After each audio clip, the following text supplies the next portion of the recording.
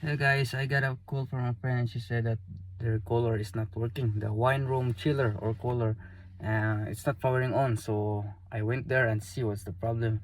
So the unit was the KOOLR Plus, and it's priced around 1,500 USD. So it's quite expensive for that thing. So it's worth it to try and fix it.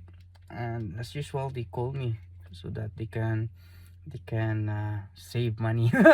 So I haven't really filmed the whole process because the chiller is quite high and I did not have the phone holder to make the camera angle steady. That's it. Let's see what I found from here, guys.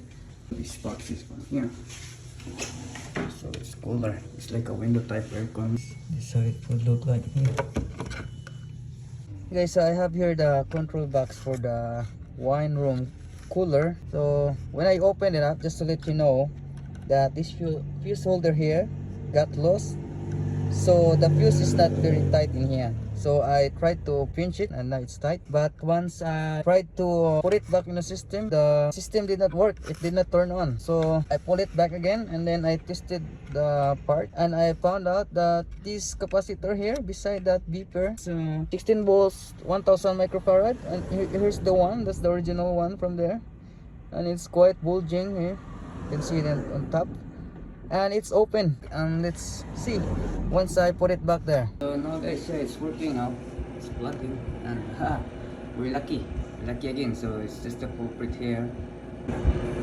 That's it. It's still working.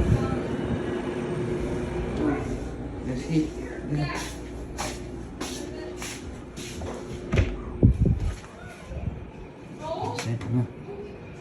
So right there. So there, maybe I can take some of this.